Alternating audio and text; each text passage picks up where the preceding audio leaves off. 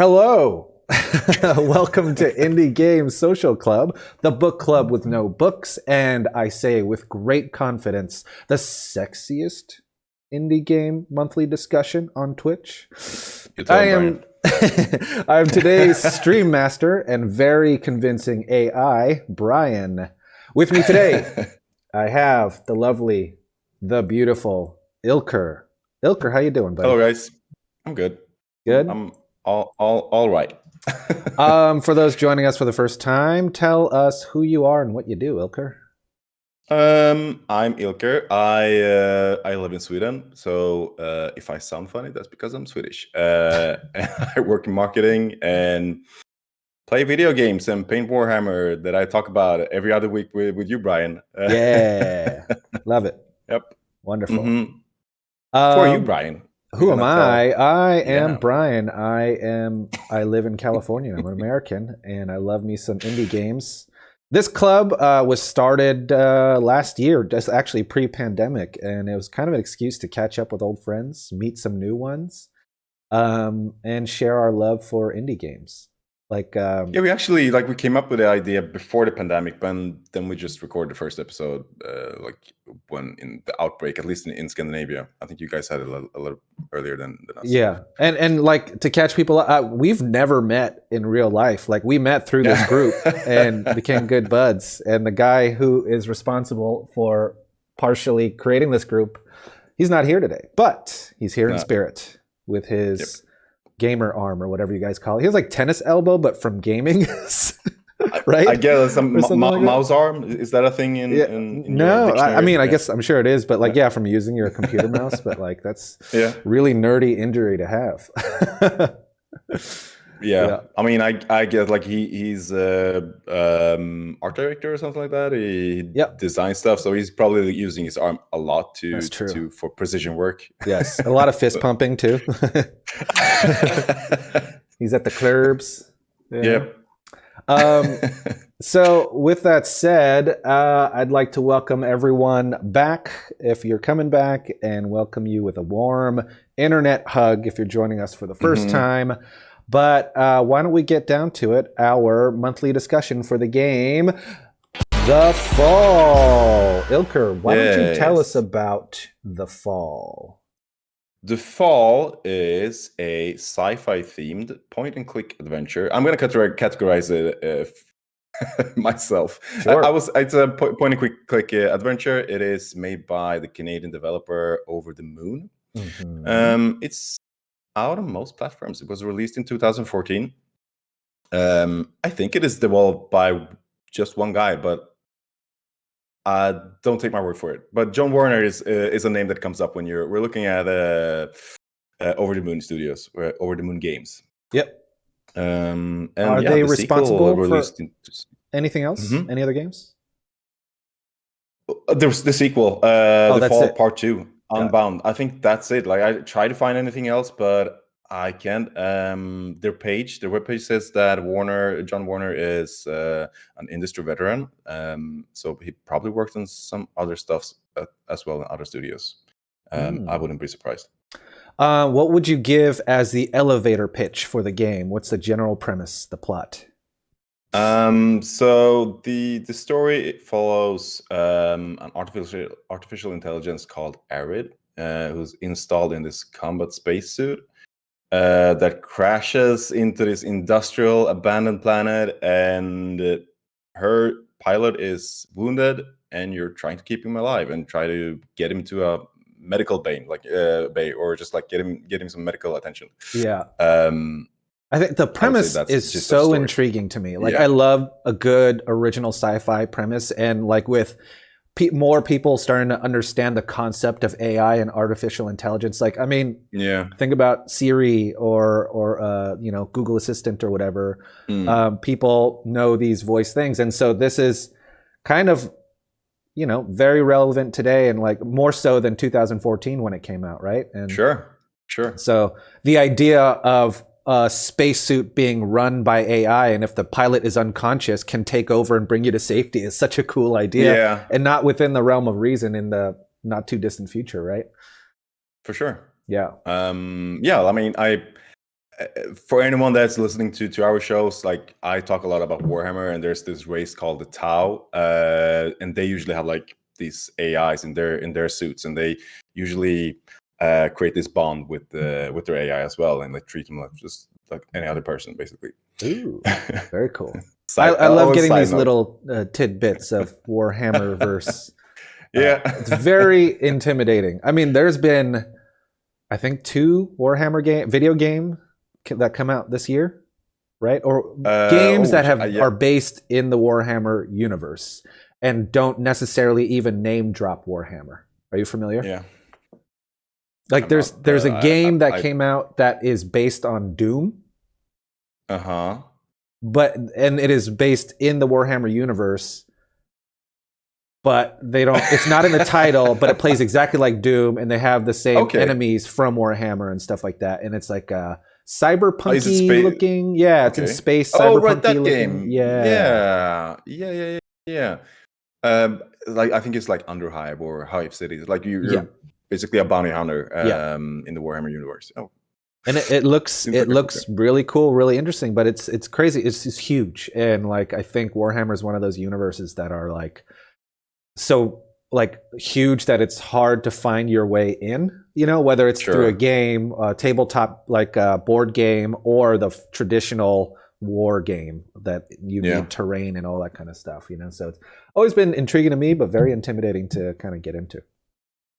Just pick somewhere to start if you want to get into the lore, I guess. Yeah, for sure. I mean, anywho, like, so the general, like, the game trailer, when let's take a step back. So, like, this is a monthly discussion, like a book club, but instead of books, we do indie games. And so what we do is a month ahead of time, we decide on a topic. We all put in submissions. There's about 6 of us in the group. 4 to 5 active, 3 to 4. Actually active, that we like post suggestions on games. Real low is just 2. Yeah. That's true. But then we end up voting. And so I posted this just because the story seemed very intriguing. And it looked almost like an action platformer, Metroidvania kind of thing, and with a cool story. And sometimes... that's all you want. You don't always want this heady thing. Sometimes you want some junk food. I thought that's what this was going to be.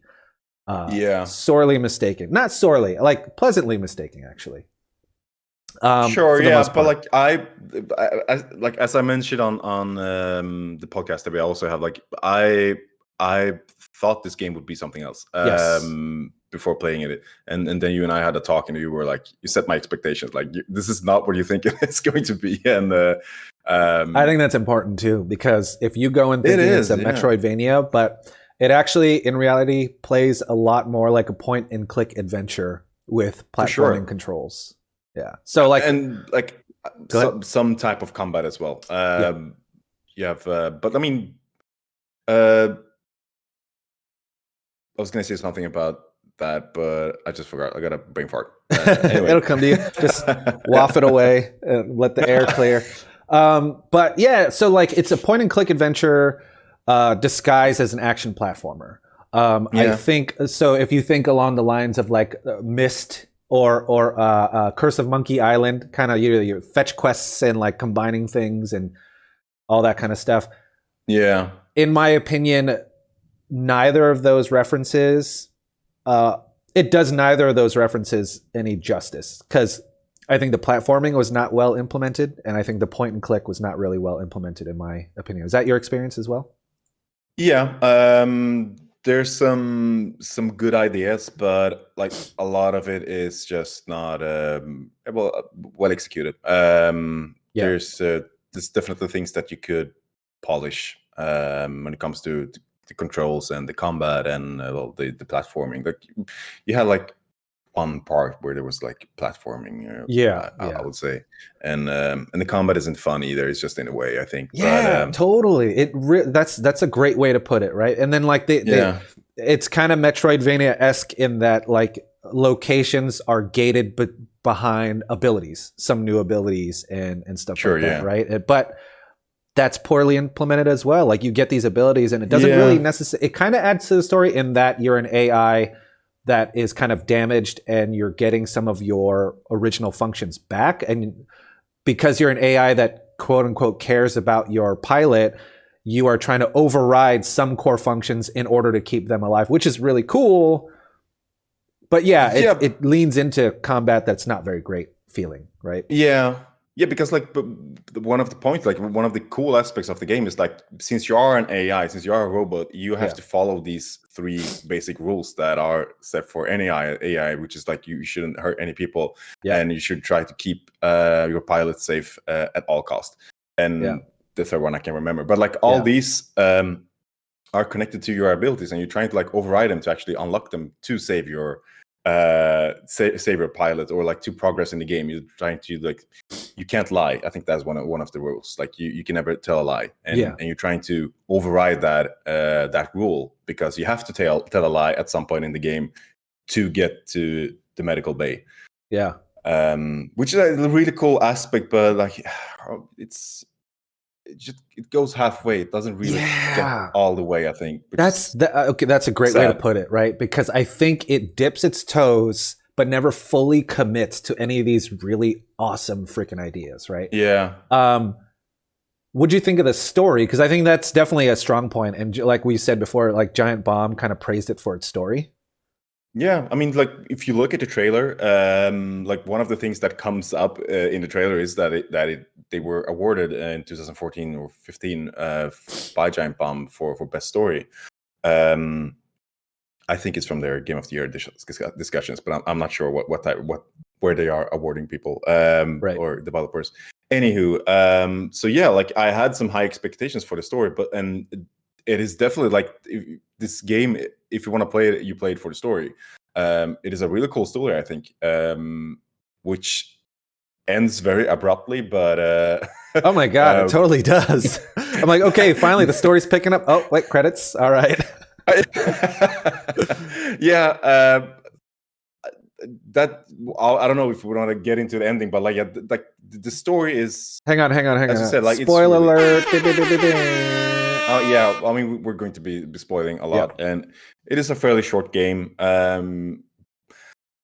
But yeah, I really enjoyed the story. I think it has some really great ideas. But just as you said, like as soon as it gets really interesting, the game ends.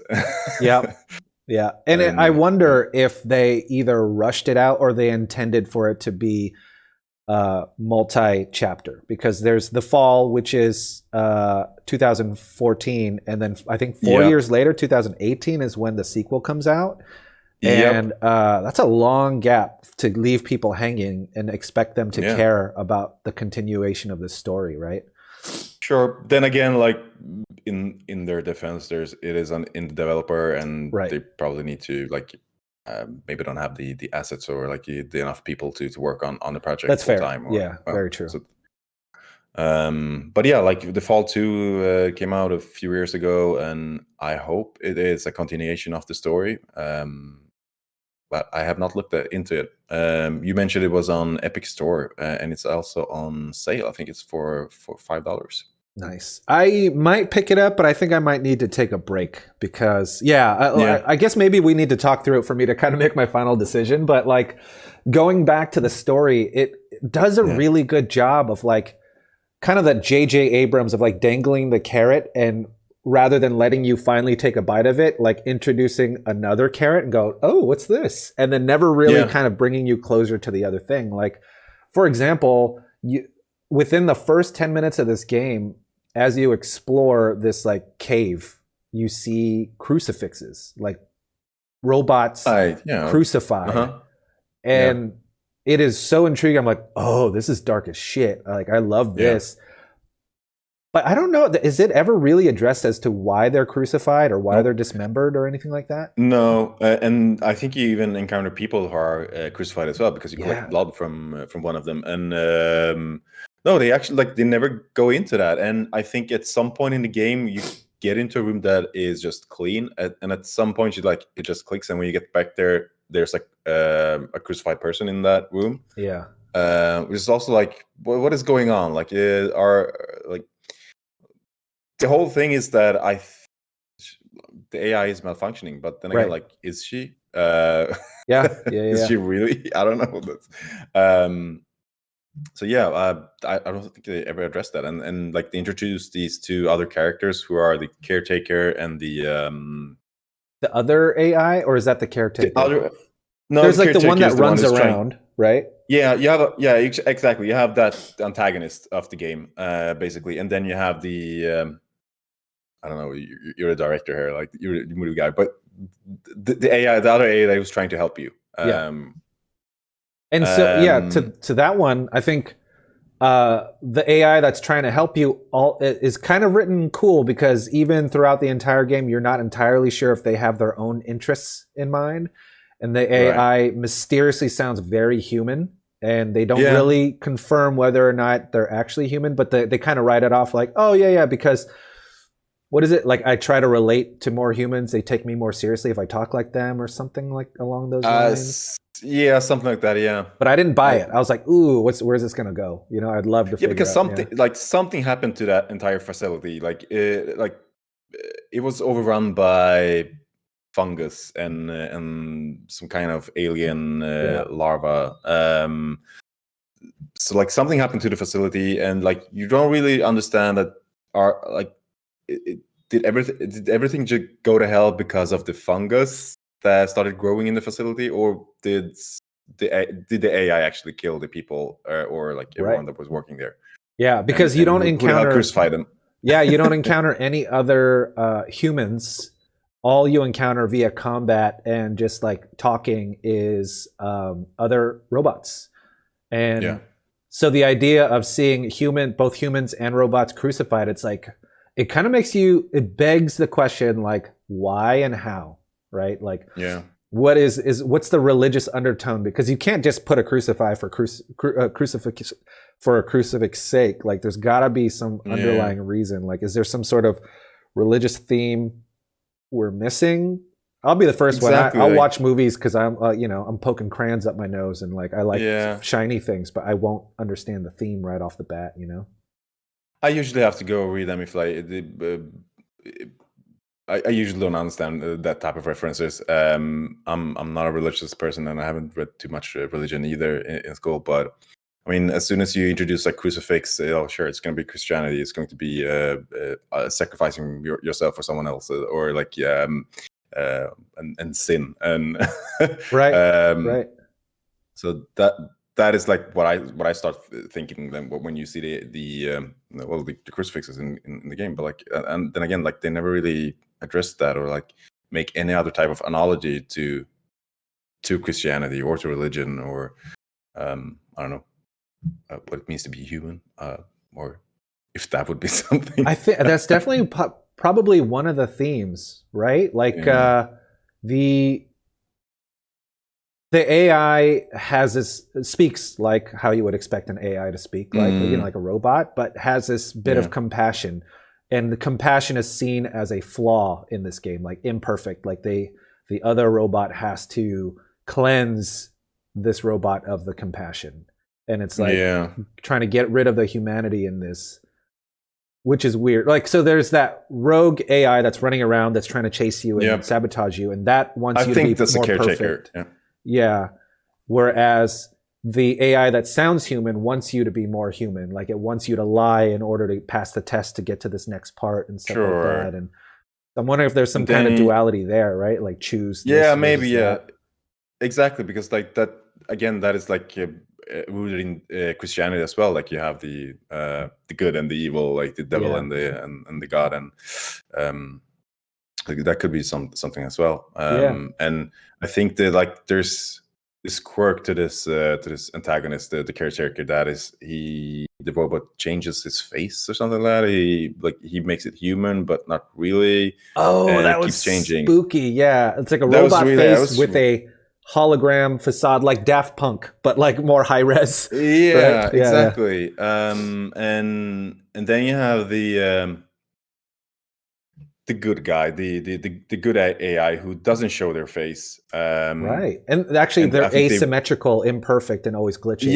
And Arid, the protagonist, mentions this at some point, and the answer she gets is like, "Oh, I'm just malfunctioning. That's why I can't show my face," or something like that. So, which is like it isn't addressed anymore. Like later in the game either. Right.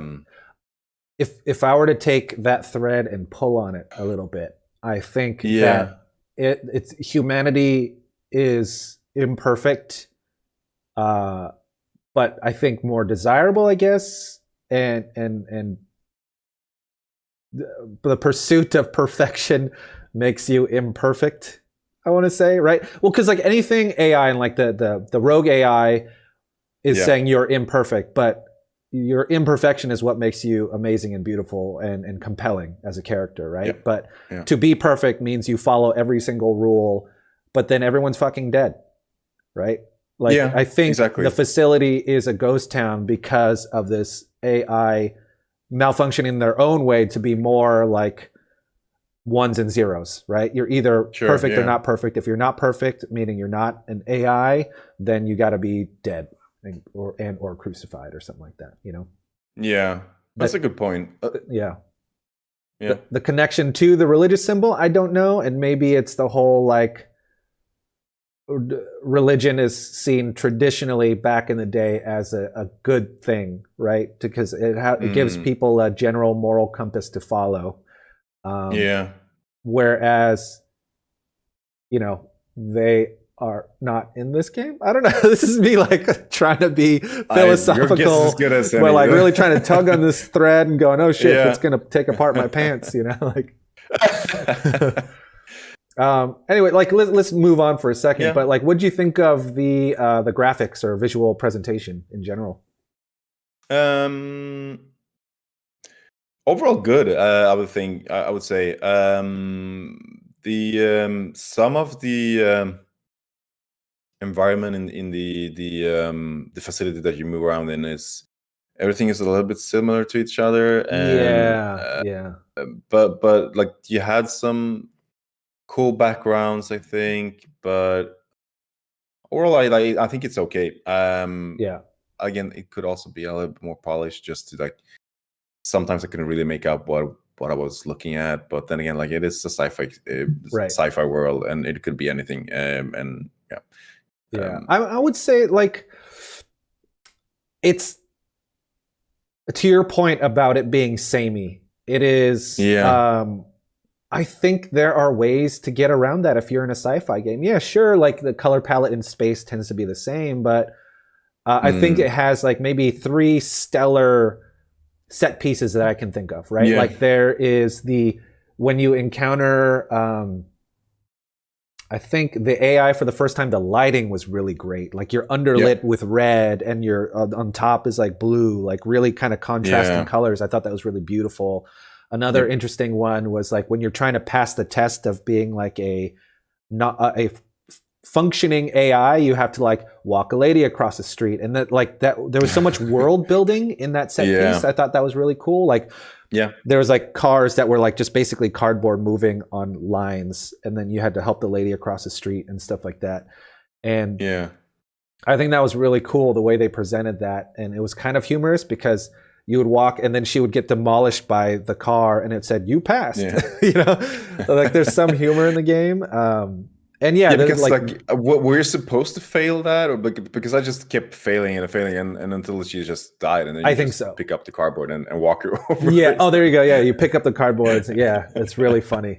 I think you're intended to do that. Like, and that's my favorite element that you see quite a bit in indie games, actually, which is like storytelling via the environmental design. And I love that because it made me like, again, with the crucifix, with this old lady crossing the street and like the broken down car, you're like, oh, what's going on here? What was this for? It makes you ask makes you want to go there and be like, I want more. I want to know more, you know?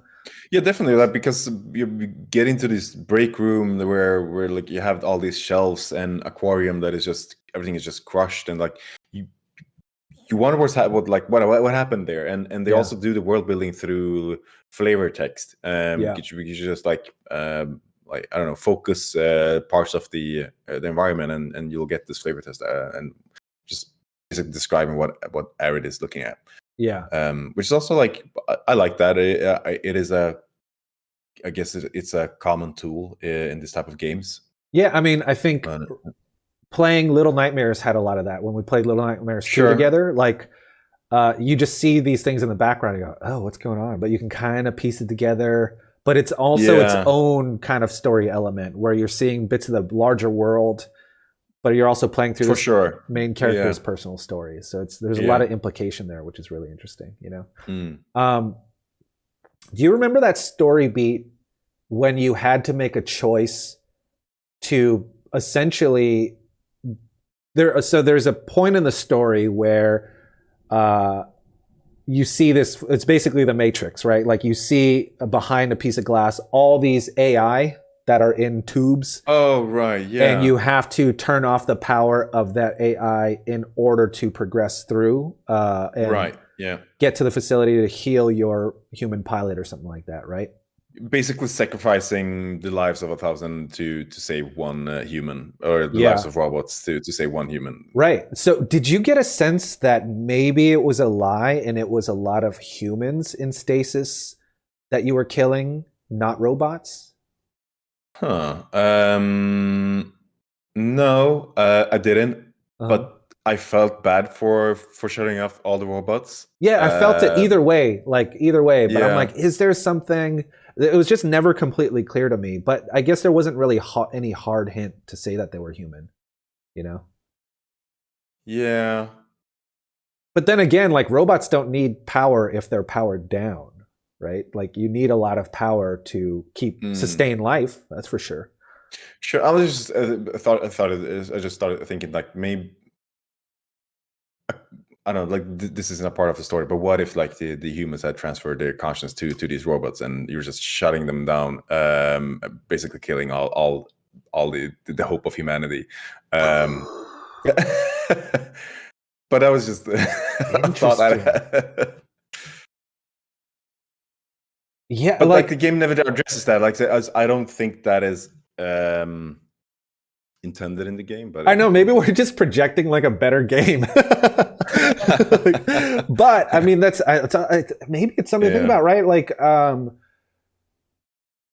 because why does the game want you like if it's just robots, like they're not human? I guess you can just shut them down. I don't know. I never had a crucifix. Friend, so. Christ's story is him being reborn after he dies, right? The pilot. Huh? No, like sorry. Oh, like, sorry. Yeah. Well, people being reborn into these like bodies, right? And maybe the solution to being imperfect as a human is to make them perfect in a robot body, right? I wish I had the energy to kind of go back in and see it through that lens. It's a cool I don't thought. think there's any hints to that, but yeah, it's a cool thought. But maybe that is what the caretaker has been like doing all this time, just taking all these humans and transferring them into robot bodies. Yeah, I love that theory. That's the new standing theory. Most likely not true, but I fucking love it. There's also that type of story in Warhammer 40k that I'll introduce you to. Today's podcast brought to you by Games Workshop. So going back to the graphics and visual presentation, did you like? Sure. Yeah, some of the set pieces look really cool. I think they had some really cool lighting effects. Definitely that last encounter, the last boss, basically. Yeah, that was pretty neat. But using the lighting in it. Sometimes I felt like it could have been done better, and maybe because its age is starting to show. But like, you have a flashlight, but that flashlight's more used as like a crosshair for like interacting with objects, right? Yeah. Whereas you're walking through these really dark areas and you have your flashlight on and you can't see anything, and that was kind of frustrating for me. Yeah, I thought that was frustrating as well. I was like, did I like set this too dark? Yeah. But yeah, the flashlight wasn't really doing it. Like, again, like I maybe if it's just if there's only been one developer for this game, or there's just one person working on it, I totally understand that. But yeah, right. I've seen better lighting effects. Yeah, just I think, unless they use, I think Unreal Engine, I'm not even going to pretend like I know how to code, but like there are kind of like pre-compiled things for like, you don't even have to like hard code lighting, but like the engine understands those physics and stuff like that. So you can make more dynamic lighting, I think. But maybe, they kind of built this up from scratch because it's a very unique feeling game. To be honest, and this is not necessarily a knock, but sometimes it felt like a really good Flash game, like especially the way the character moved and controlled and stuff. Yeah, actually, like I thought that, like the game moved, the character moved and controlled like a what do you call it, a marionette doll. Yeah.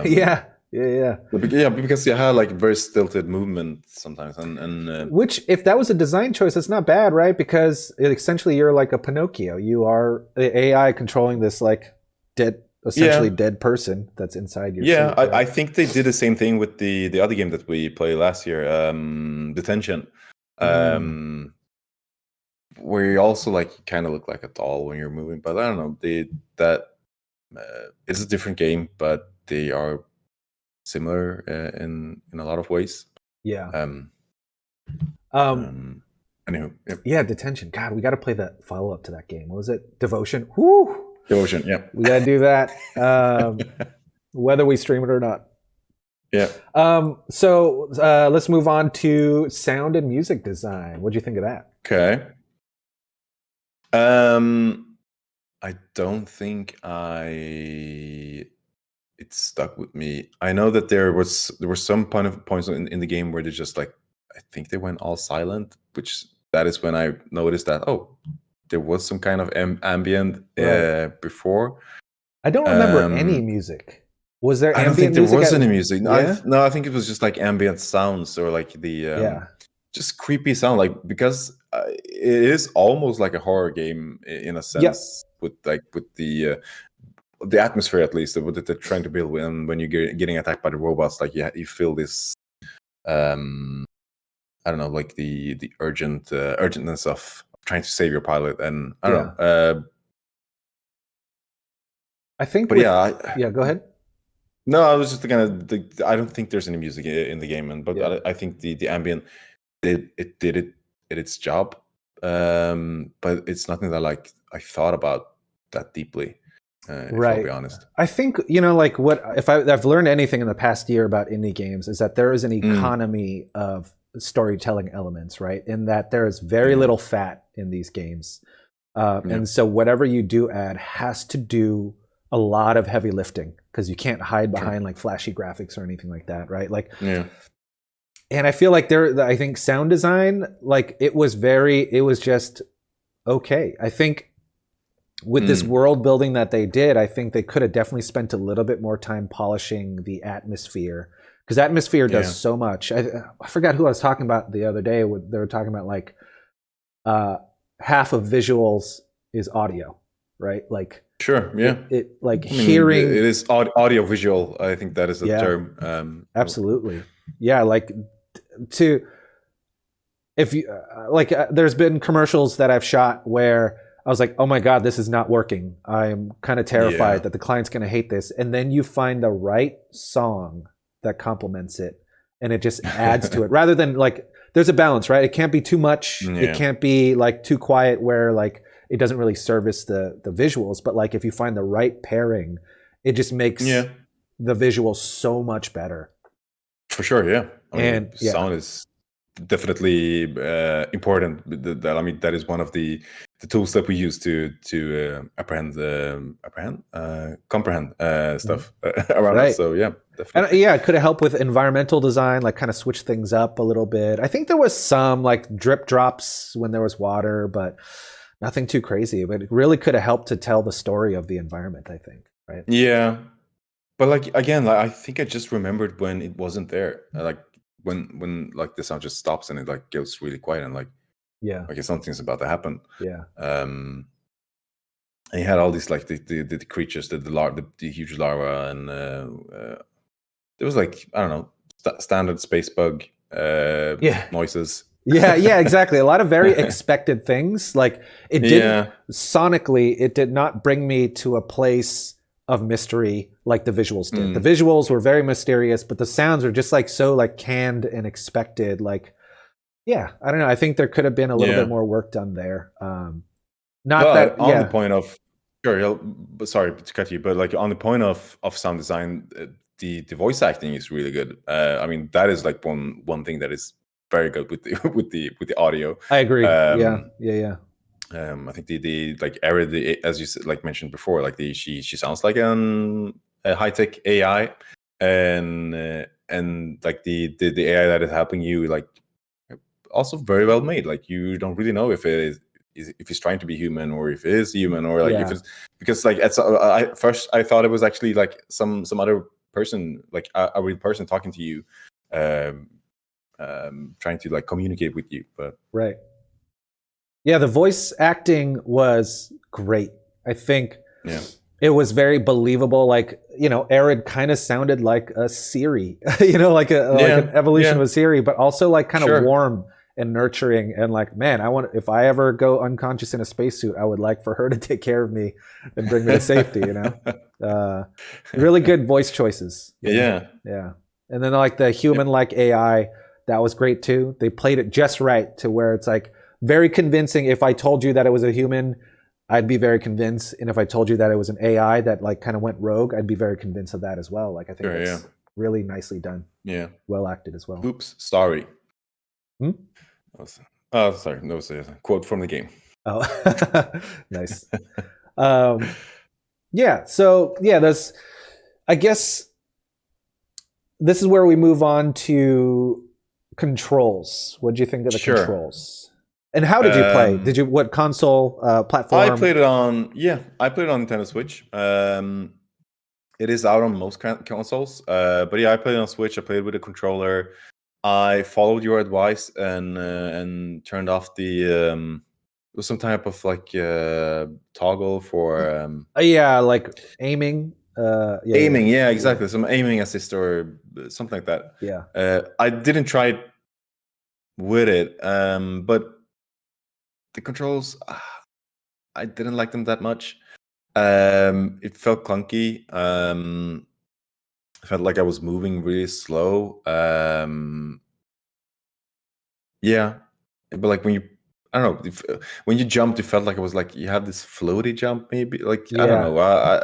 I didn't enjoy the controls, if I'll be completely honest. Yeah, I think again, it's kind of a product of how do you translate a point-and-click adventure like Curse of Monkey Island into a platform? And I think, honestly, I think that's a pretty okay way to do it. I don't know how else you can do it, or maybe it's just not a good pairing, but never say that, I don't think. But like, I don't know what I could have done to make the implementation of that style of gameplay in a platformer better.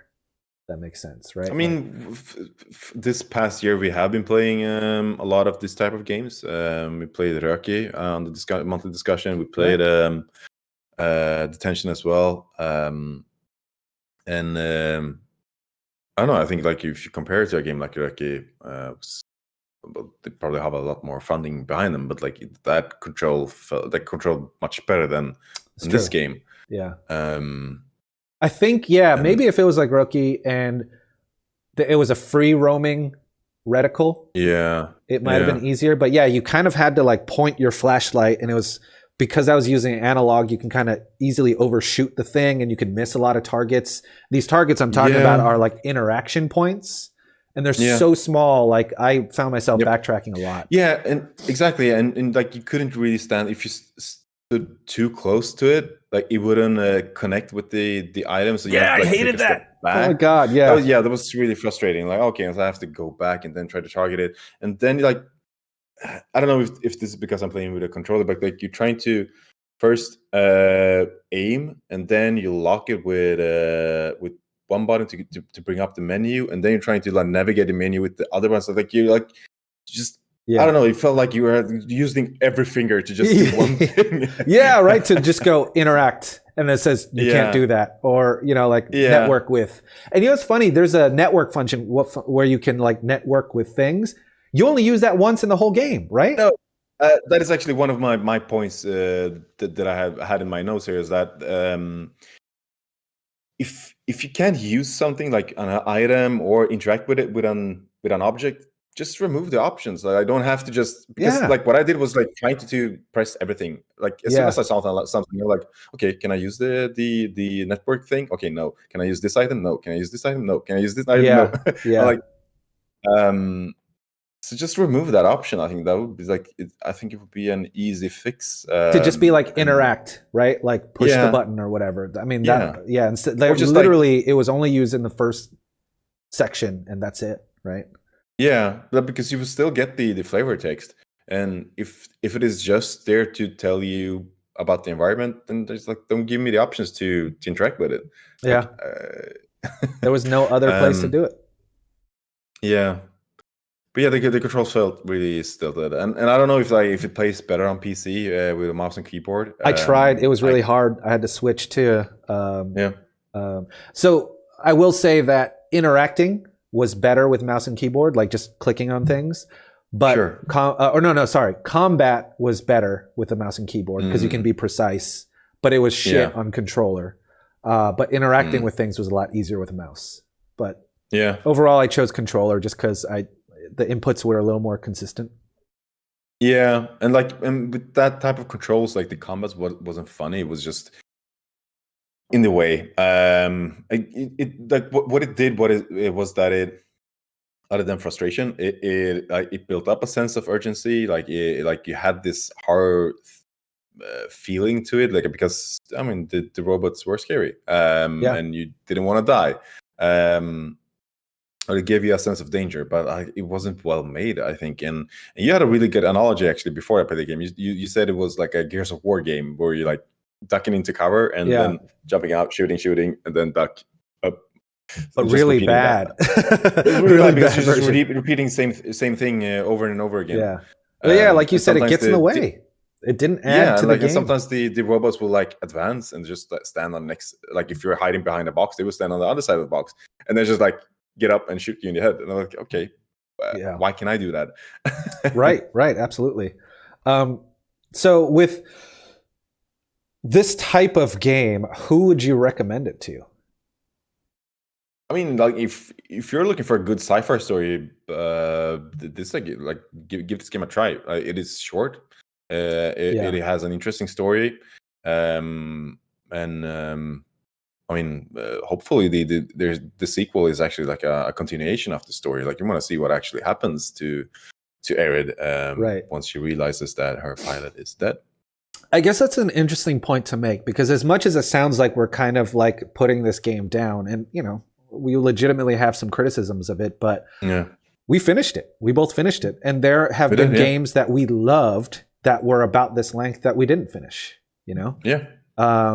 So that says something for sure. Like it took me like a few months to finish What the Golf, and that's a relatively short game. It's about the same length as this game, But I sat through it and it was intriguing enough. Like all these things got in the way of our enjoyment. However, we were still able to enjoy what the game had to offer to a degree. Definitely. I mean, it gives you a really cool sci-fi world and sci-fi story. Like you're not playing this game for the controls or for the music that isn't there, but for the puzzle elements, which is again like it is also a thing that I wanted to bring up, is that it suffers from the same thing that all of the other puzzle games we've been playing, or the point and click games that we've been playing, is that it forces you to play as the developer intended, and you can't really solve the puzzles like as you wanted them to solve, as you want to solve them. And like for example, like the making the coin into wire, that took me ages to like how am I supposed to figure that out? Like I don't know how you make a wire. I cheated. I used the guide after a certain point because I'm like, I like the story enough, I don't care about the gameplay.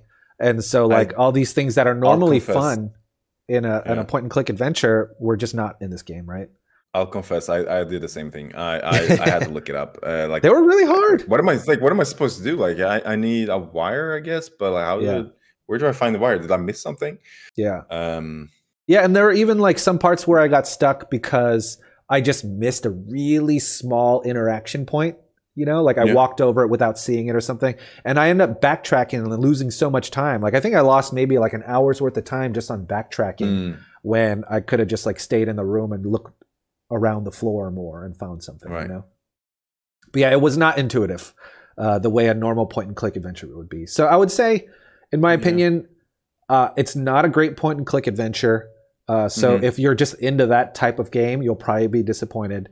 Platforming, if you're into platforming, it's not a great platforming game. But again, if you like games for the story, like I'm willing to forgive a lot of gameplay for a decent story. The story's good. I think the story's good. Not great, but it's good. At least the start of the story. I guess it really feels like this is like a prologue to what comes next. Which I like. Again, I really hope the second one is a continuation because I really enjoyed the story. I hope there's a continuation of it. Yeah. Well, so I saw the trailer for the second game, and it looks like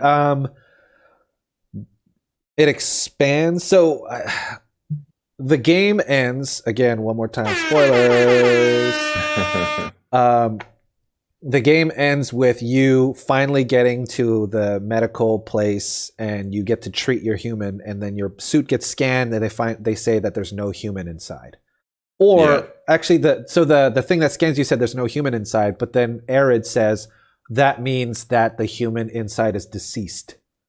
Right? If they can't find a human life sign. I guess I got that it could either be there was never a human to begin with, or the human inside was dead. But I think the human inside was dead if she kind of fell from space, possibly, you know? Yeah, but then she goes on and removes her helmet from the suit. And there was no one there. And there's no one there. And that is when she realizes, oh, I'm faulty. And up to this point, the caretaker, the antagonist, have always been accusing you for being faulty. Like you are an AI that is are suffering from error, right? You're working correctly, and what this facility is made for is for faulty droids and artificial intelligence. It's all coming together. To rehabilitate. Rehabilitate and just get back into human society.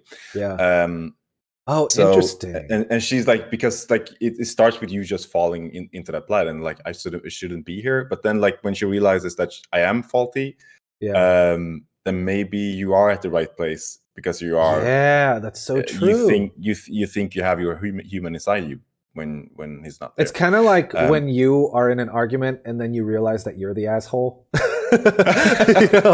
You're the bad guy, and you're shut down this facility of rehabilitating robots, right? Yeah, and that story element is introduced to you, and then it just goes to end credits. That's true. Which is that is such a weird way to stop the game. But cool in a way, I guess. But again, it leaves so many unanswered questions. It's definitely a mic drop moment, and exactly. If you're gonna drop the mic and leave this huge mystery, you gotta at least solve a couple other ones, right? And just to the analogy of the mic drop, she actually drops her helmet on the floor and then just remove her from the scene.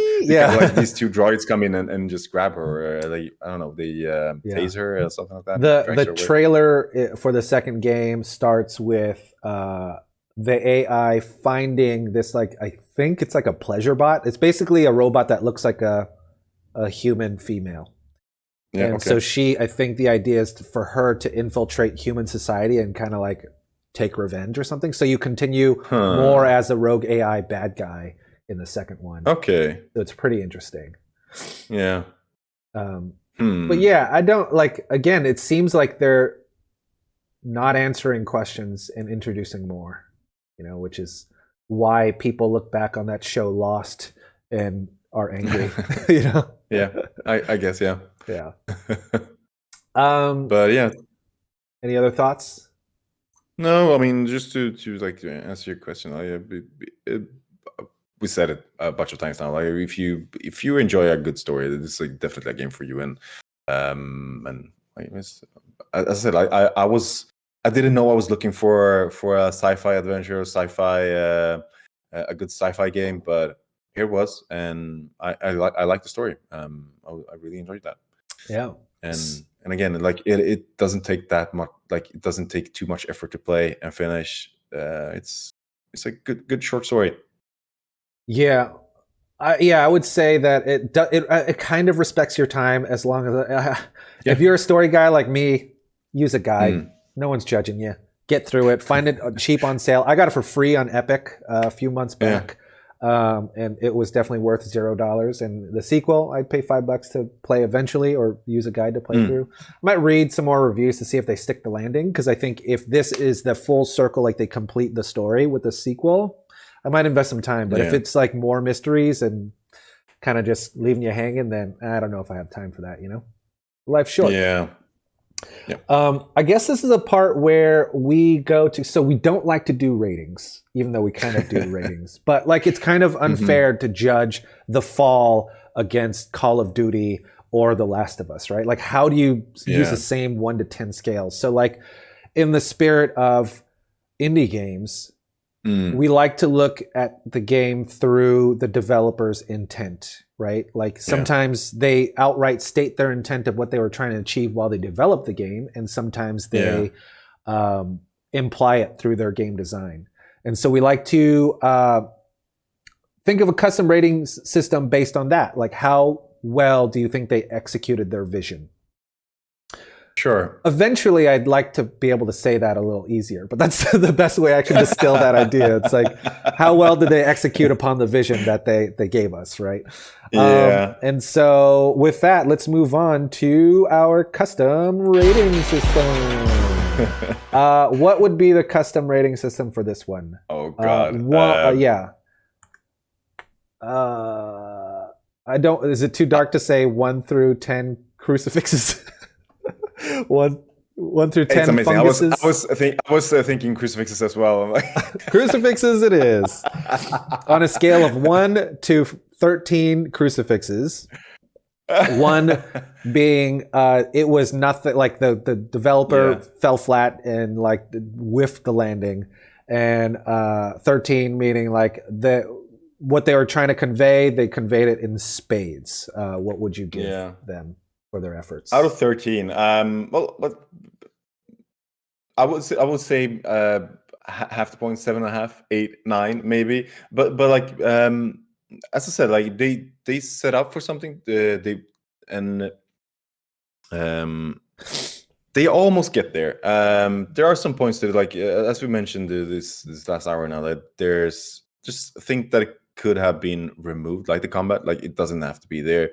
There are some things that could be polished in the controls, and even like the items like that you find, and like maybe make them more clear what it is, to help me figure out where to use them.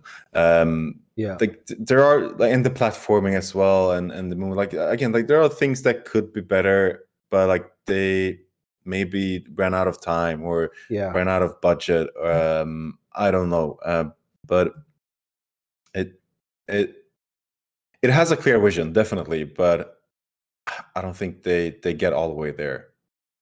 At least I felt like they had a clear vision, like, because the story, again, like they're trying to tell the story, and it's a really good story, and they've done their job with the story.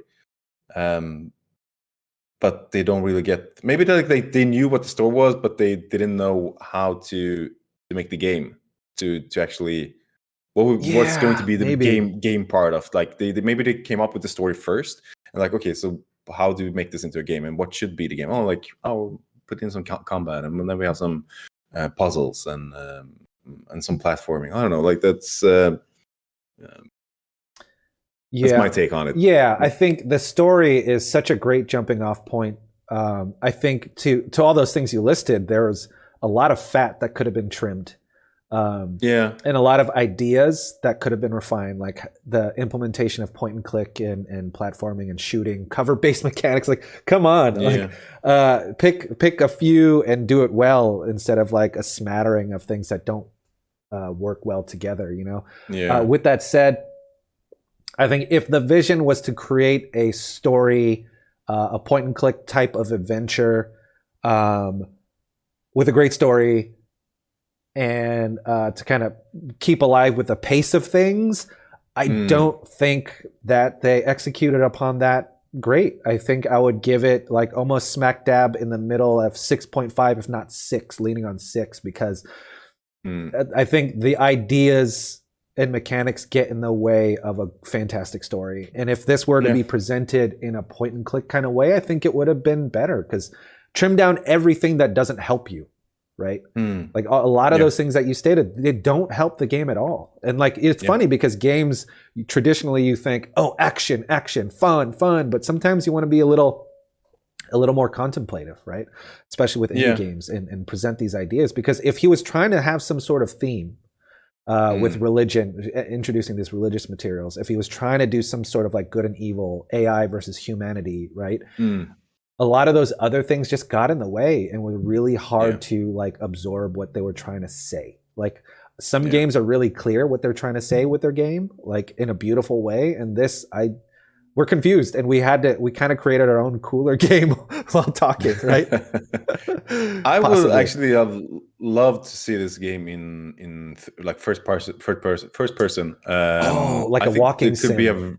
I think that could have been a really cool way to do the game. I totally understand the limitations, but like seeing through Arid's point of view, and then like in the last scene when you just remove the helmet and like turn it towards the body, just to show that there's no one there, could have been like a cool way to tell the story. And like maybe my god, that's seeing incredible. Everything around the and I think you could have like, again, with the proper budget, you could probably have like some really cool environment design with this like falling facility and like all the thousands of droids in this hangar. Man, I want to play your game. That's great. That's great. The unveil, right, of pulling off the helmet and then turning it around to see your body without a head. Woo, that's so cool. Love that.